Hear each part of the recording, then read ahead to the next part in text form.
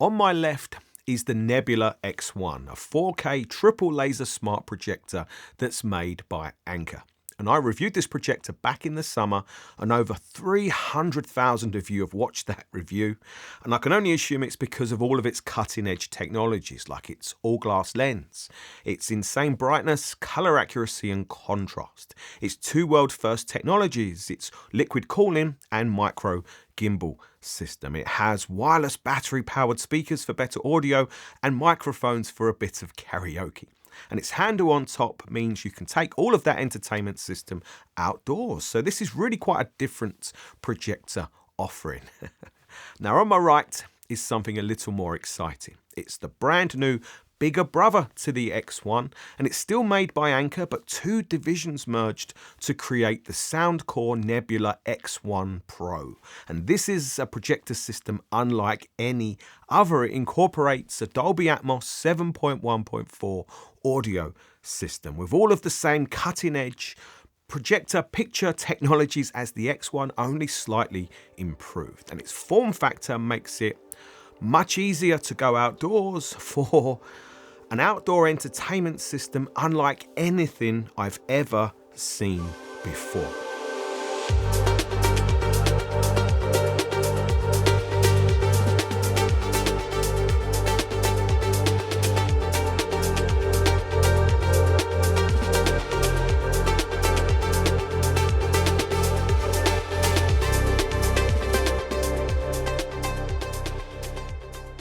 When Anker told me about the X1 Pro as a product concept, it confused me. I struggled to see why they were essentially doubling down on the outdoor cinema theme when the Nebula X1 was already so good. However, once it arrived and I got to spend some time with it, it made much more sense to me. And that is because how well designed and thought out it is from the user's perspective, with so many attentions to detail that make the user's life not only better, but easier. And I can see it having use cases for both in and outdoors, and I am covering both in this review. It's a seriously heavy bit of kit, weighing over 30 kilograms. But that doesn't matter, as you have a set of very chunky but nicely styled wheels for moving it around, with an equally chunky stand opposite them so it stays in place. There are several big integrated handles for lifting it up, but also a suitcase-style extendable handle for pulling it around, and you will use both. The outer frame is made from plastic, but it's a rugged, hard-wearing feeling plastic. But I appreciated its shapes, its angles to everything, so it doesn't feel like a rectangle box on wheels. It feels more special than that. For power, you open a cover at the bottom to pull out a lock-in retractable power cable, so you never have to worry about cable tangles that waste so much time. This is the perfect way to do it, I feel. I also appreciate how Anker have put little removable visual guides showing all of the main features and different buttons, so you almost feel like you're reading the quick start guide as you are unboxing it. What a great idea. Also perfect, I feel, is the top compartment that opens up and that stores your karaoke microphones and remote control so you never lose them. Hidden behind the Nebula X1 Pro labeling are 3 USB ports for charging and also a HDMI port for using a games console or maybe a disc or media player. I would have preferred 2 HDMI ports, but I do appreciate the LED light here for making it easier to see these ports again when it's dark. And I definitely appreciated the fact that the X1 Pro comes with a protection cover that is very thick and well made, because something this big and heavy, regardless of how good your intentions are, it's going to get bumped about. So extra protection is always better in the long run. And I like how the cover has Velcro flaps, allowing you to still easily access all of the handles so you can store and move it fully protected. And that includes accessing the power so you can store it plugged in so it charges the speakers. So that has given you maybe just the basics of the X1 Pro's form factor, and hopefully it's starting to make sense to you now, but trust me, all of the best bits are still to come. But I felt we needed to see it in its natural habitat, aka outdoors, for you to really appreciate what this design is all about.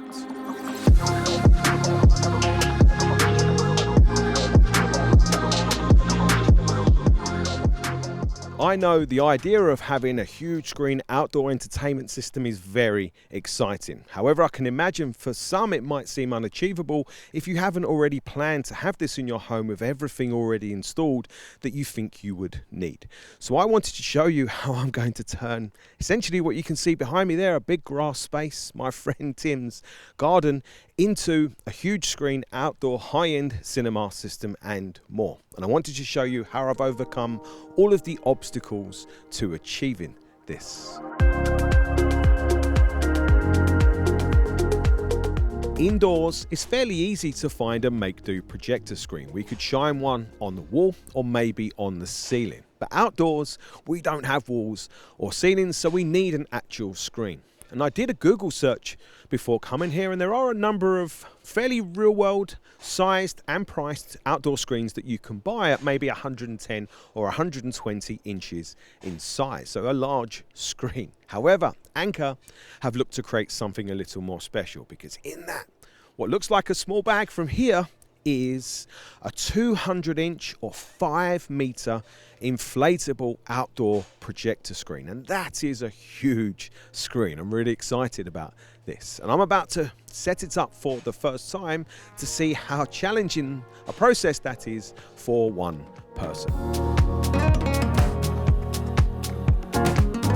To set up the screen was much easier and quicker than I expected, given its size and over 35 kilogram weight in its bag. Serious stuff. But it was easy as unpacking it all, laying out the screen, unfolding it and pumping it up. Super easy and simple.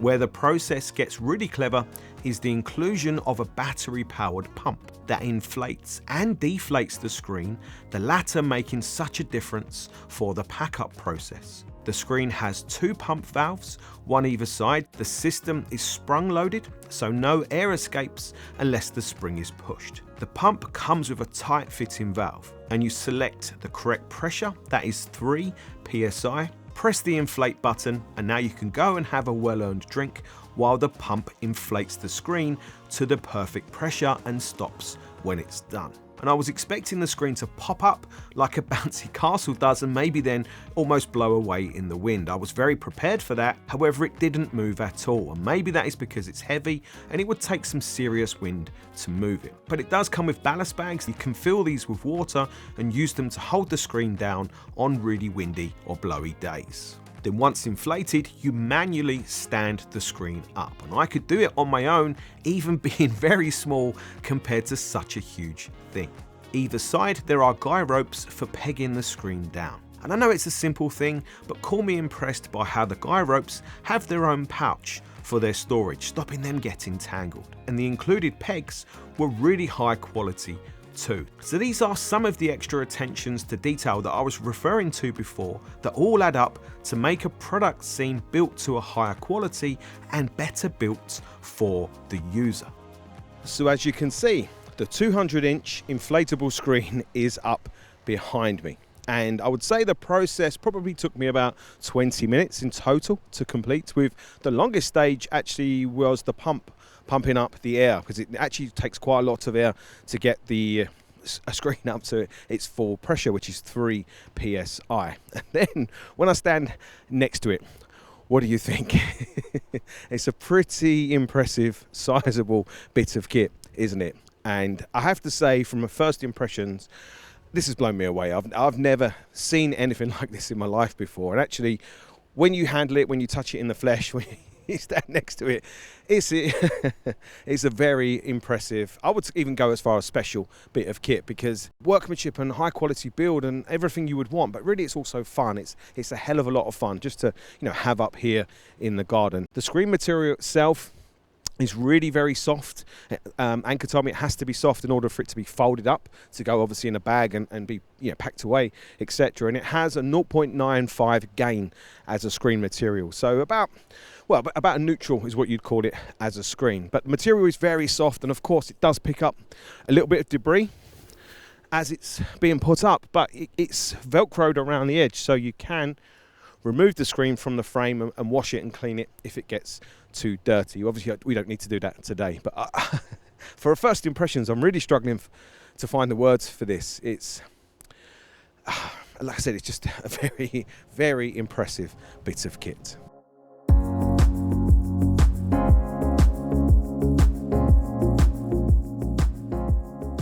Now we have a screen set up, we need an image for it. And that is where the X1 Pro really shines, because it features, as I mentioned, all of the same higher quality picture specifications and technologies as the X1. So if you've already seen my X1 review, you probably already know what is coming now.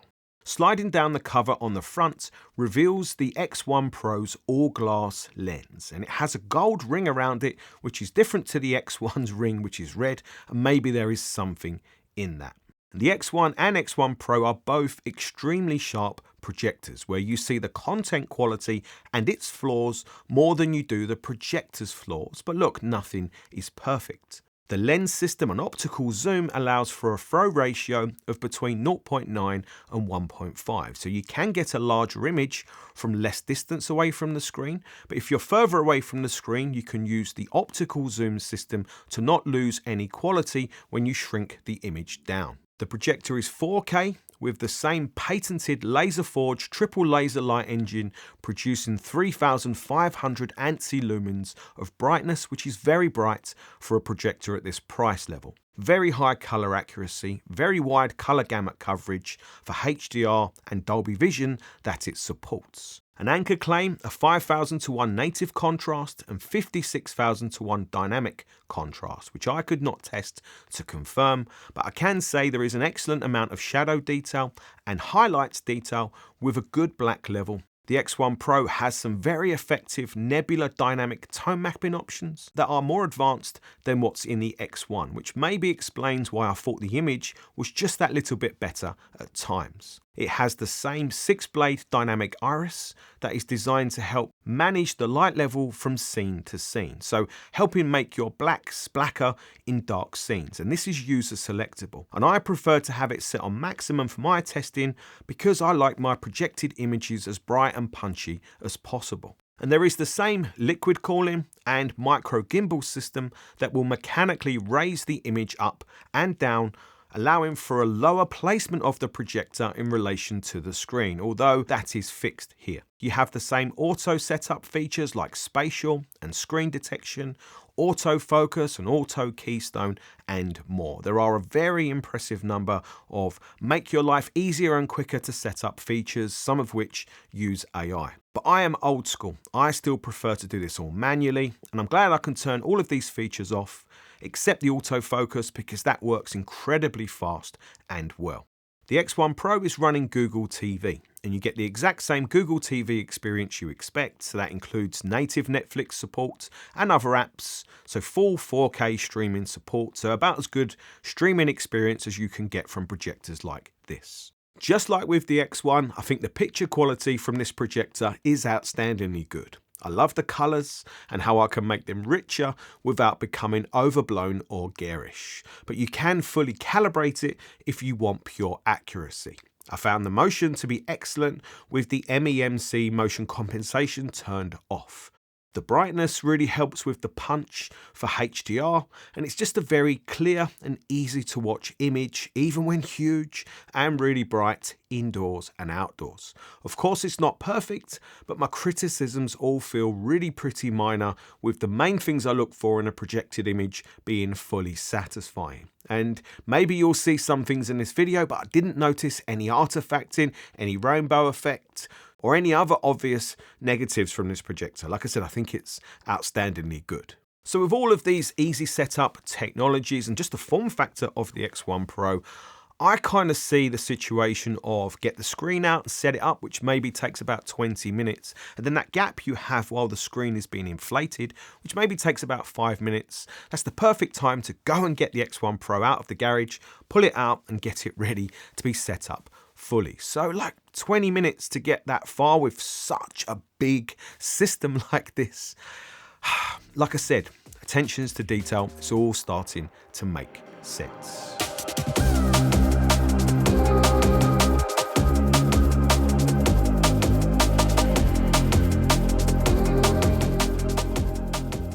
I would argue that the audio quality for any type of system like this, for cinema, for gaming, for TV, is equally important, probably more important than the picture itself or picture quality, because there's the classic example of take away the sound from a horror movie and it's not scary anymore. And I think looking at it a little more deeply, it's the audio that triggers our emotions. It makes us feel something when we're playing or when we're watching a movie. And that is why we have such a good time. It's why we enjoy it so much. And ideally, I would want a Dolby Atmos system for any type of movie or gaming system. And having a Dolby Atmos system outdoors could be ultra complex. But that is another area where the X1 Pro really excels, because it has a Dolby Atmos, so it is a full 7.1.4 Dolby Atmos system, which is pretty crazy when you think about it for being outdoors.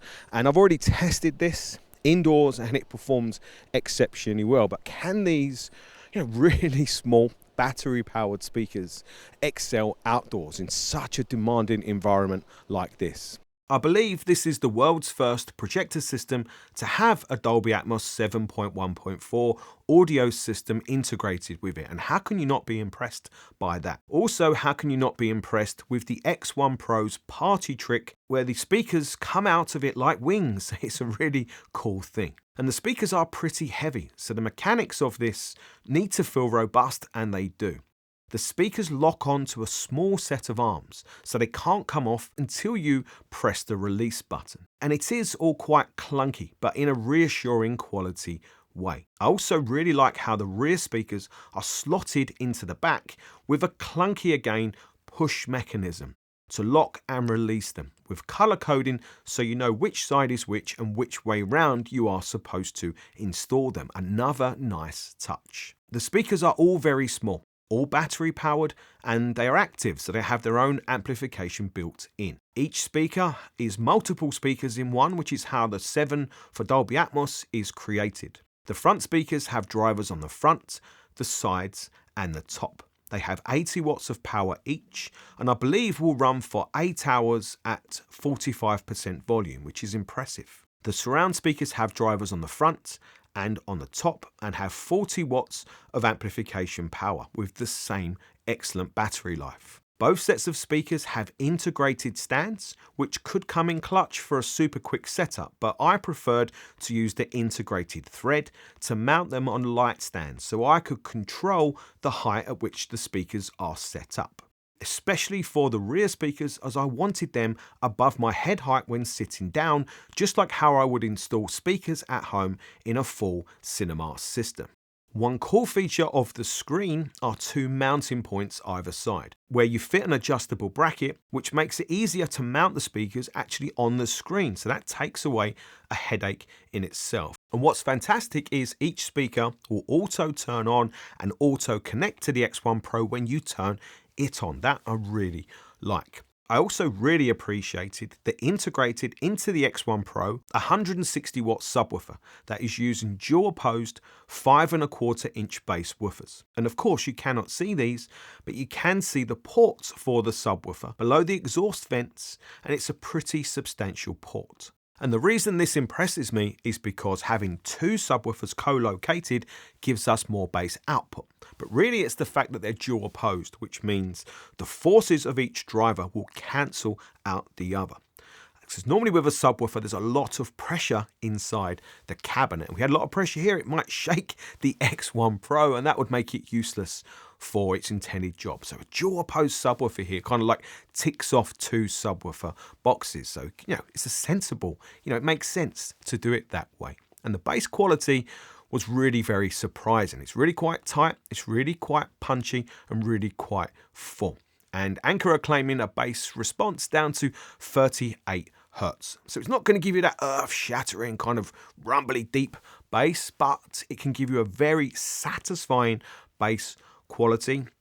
And it just doesn't leave you feeling shortchanged. It really doesn't. It gives you just enough bass output, depth and control and fullness and punch to be very satisfying to listen to, indoors and outdoors. And I think that is so important when we're talking about a system like this, because we are using very small satellite speakers that are essentially just doing like the mid-range and the highs. So the subwoofer's role is so important to knitting that whole sound field together. So having a better subwoofer for a system like this really makes a lot of sense. And that is where you'll see a massive difference between the X1 Pro and the X1. Of course, the rear speakers is another big difference between them, but it's how the whole sound feels bigger, grander, more full and more complete from the X1 Pro. It's a big, very big actually, difference between them. Another big difference between them is a big audio feature that's for the X1 Pro alone called FlexWave. And it's written on the side of the projector itself behind the speakers. That is how much of a big deal it is. And Anker, or really I believe it's the soundcore, part of this collaboration that have developed FlexWave. And speaking as a high-end home cinema calibrator, it's a very impressive technology for two key reasons. And on top of the X1 Pro are 4 microphones, one for each speaker. And when you select to calibrate the system, you hear something like this.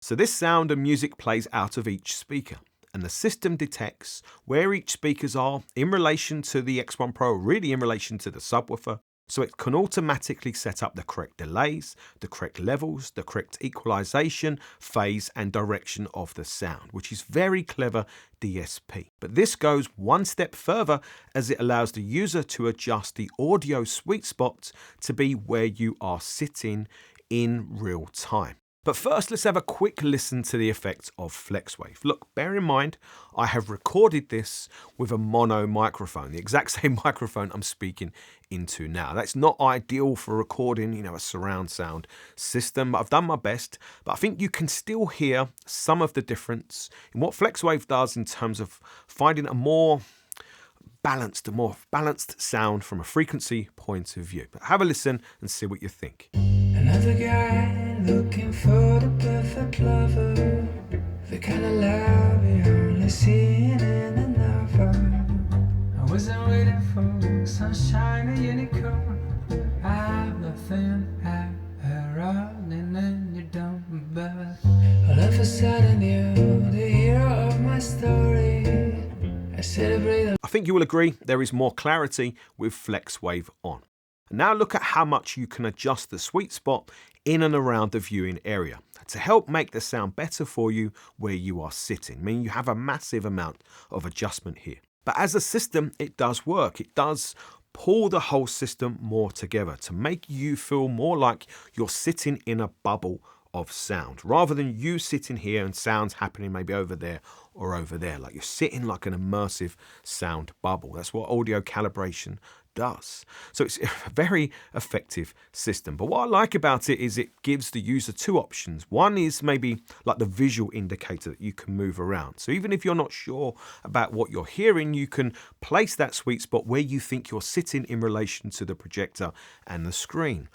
But better is the fact that it changes the audio as you do that in real time. So you can judge with your ears what sounds best. And that is the approach that I would use. And I like the fact that there was more tailoring options available, such as 3 different sound modes: movie, music and outdoor. Movie was the best for me, both in and outdoors. I also really like the fact there is an equalizer, because in my room I found the system balance to be a bit too treble hot and bass light. So I tweaked the sound to be more to my liking, to make it warmer, fuller, richer and with more bass punch. However, outdoors I didn't need to go anywhere near as extreme as this, and a more flat EQ seemed to sound better over a larger area. So what is the audio quality like? Well, the first thing that stood out to me is the fact that there is no dedicated center speaker. Not once did I feel shortchanged by that. The vocals were always really clear and really easy to hear, even when the volume was quieter.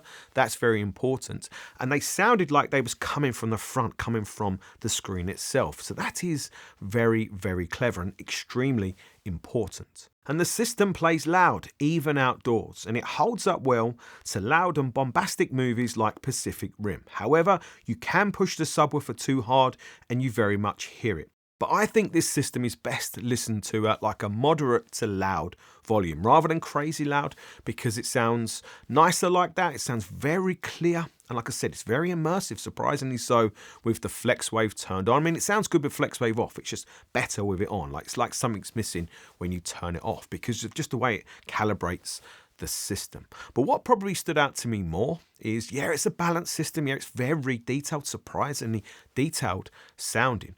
But when it's in that movie mode, you get a bit of like extra snappiness, a little bit more liveliness, a little bit more maybe edginess to the sound. Not in a bad way, but like on the edge of the seat kind of way. And I just found that so impressive, considering we're listening to wireless, battery-powered, very small speakers. Of course, the subwoofer's picking up, you know, all the grunt work and filling in all the bass and everything. But the way it all kind of knits together and the way it sounds, it's like quite an exciting sounding system that's very clear and balanced very well. It's obviously not perfect, and it's not going to compete with a big cinema system with 15, 20-inch subwoofers. It's not like that. But for good quality, moderate volume levels, very enjoyable, very detailed, it's just a damn impressive system that exceeded my expectations massively.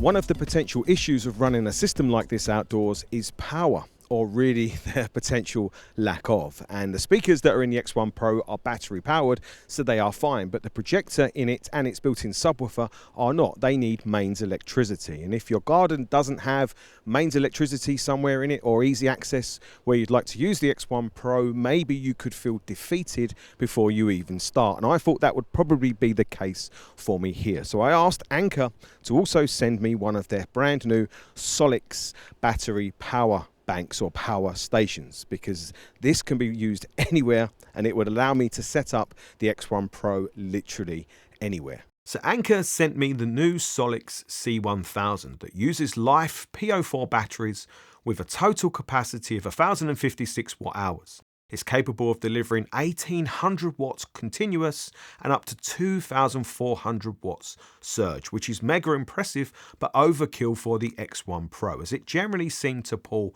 around 170 to 200 watts. But Anker did tell me maybe a maximum it would ever pull would be 400 watts. So the reason the Solix C1000 works so well here is its battery capacity, which from the on-screen display suggested that I would get more than 4.5 hours of playtime here. But the reason the Solix appealed to me was really for its flexibility. Yeah, it's great to take the movie system outdoors and set it up anywhere, but I was thinking more for when I go fishing to keep everything charged up. And I love the fact that it comes with a 5-year warranty. The batteries or the charging system is rated to 3,000 charges or 10 years. That I thought was really very impressive. But look, take away all of the specifications, all of this. Think about what I was doing. I was creating a high-end cinema with a 5-meter screen, with a high-end image outdoors. I was powering a media player as well, all from like a box that I could hold in my hands, and I could power that for 4.5 hours. Just think about how insane that is. Technology has come so far. We are spoilt in 2025. No one can complain about the quality of technology these days. We are spoilt rotten.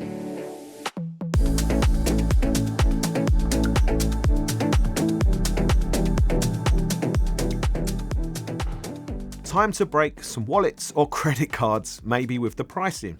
So the MSRP of the X1 Pro is $4,999. And that seems like a lot of money, of course, but that is taking into account current tariffs. For those who are interested to buy straight away, before the 23rd of September, you can secure the X1 Pro for a crazy reasonable $2,699. And then on Kickstarter, it will be available up until the 7th of November for $2,999 with expected shipping in November. Anker told me the 5-metre screen is a premium option with a higher price tag, and that does make sense. However, they will be offering a more real-world sized 120-inch version that has a bundle price of $480, and I can see that being the screen with the greater appeal. So that leads me nicely onto who do I think this system is for. And I think there'll be people that see this and just look at it and think, that's so cool. I'd love to have that in my garden, in which case, yeah, it kind of speaks for itself. One thing I noticed was when I set this system up, obviously I was at a friend's house, Tim. When we fired it up for the first time, I put Kill Bill on, and Tim's daughter and his niece both came out and sat with us and watched Kill Bill. And interestingly, it made me realise straight away that a system like this is kind of different to like a Batcave or a man cave home cinema system. This is far more of a family entertainment system because it just changes the experience. It makes it like super cool to sit outside and watch a movie on such a big screen with like a really high quality picture and sound. It just takes that experience to somewhere different. And I think it would motivate, your kids to want to come out with you, and it would motivate you to want to set it up for the whole family and to enjoy it together. And interestingly, I think there are some obvious advantages to be outdoors. I mean, if you're in a hot climate and it's very hot indoors, you might not want to sit in a room with a hot projector, but sitting outdoors, maybe you've got a nice breeze and it might just be nicer to sit outdoors. I mean, we don't have that so much in the UK, but obviously other climates are different. But from a technical perspective, watching a projector outdoors, it was really dark. I mean, so dark I could barely see anything around me. And that is the perfect conditions for a projected image. So you get the best image projection on contrast from it because it's outdoors and dark. And you also don't have bad room acoustics messing up the audio either. So there are some technical advantages for taking the movie experience outdoors. And I hadn't thought of those before. And for using this outdoors, this is not a system that you'd want to use in the middle of the day and expect to get an amazing picture like that. It definitely needs to be in the evening and best in the nighttime when it's dark. It's still a projector, so you still need the light down. You need the ambient light down to get the best experience from it. However, it does have a Bluetooth speaker mode. So maybe during the day you could use it just to play music, and then when the evening ambient light, the sun goes down, that's when you put it on for a TV or movies or gaming and such like. Despite this review being really long, I've not had time to cover absolutely everything, such as the karaoke microphones that are included. They have a cool feature called AI voice remover, so you can turn any song into a karaoke version, and that's really clever and cool technology. It just doesn't appeal to me really to make me want to test it.